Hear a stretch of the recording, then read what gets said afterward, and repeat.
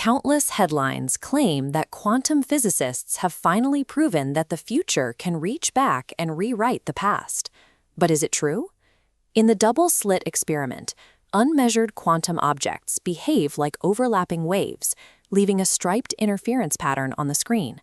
But place detectors at the slits to see their path, and the wave collapses, leaving only two distinct particle bands. This is the core dilemma of quantum mechanics. The universe refuses to let us see a wave if we possess the information about its specific path. In 1983, physicist John Wheeler took this problem a step further.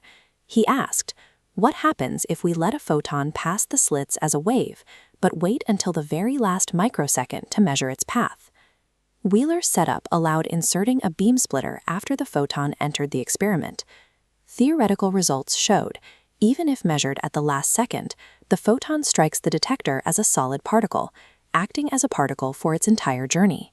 This result implies that a choice made in the present dictates the particle's historical journey, seemingly reaching backward in time to alter the past. In 1999, researchers finally built a lab experiment to test this in the real world.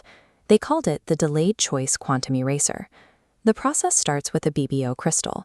It takes a single photon and splits it into two entangled twins, a signal photon and an idler photon. The signal photon goes straight to a detector screen, while its idler twin is sent into a maze of mirrors to record which slit was used. Because the idler photon holds the path information, the signal photon hits its screen like a particle, leaving a clumped smudge instead of a wave pattern.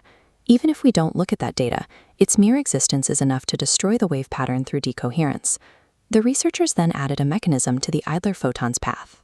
They used beam splitters that had a 50% chance of scrambling the path information, effectively erasing it. Because the idler photon's path is optically longer, this scrambling happens 8 nanoseconds after the signal photon has already hit the screen. When they analyzed the results, they found that whenever the idler's path data was erased, its twin signal photons formed an interference pattern on the main screen. This created the appearance of a paradox. It suggested that erasing data in the future somehow resurrected a wave pattern that had already been recorded in the past. To see what's actually happening, we have to look at the main detector screen. On its own, it never shows a wave pattern. It is always a randomized, featureless smudge of particles. The stripes only appear through coincidence counting.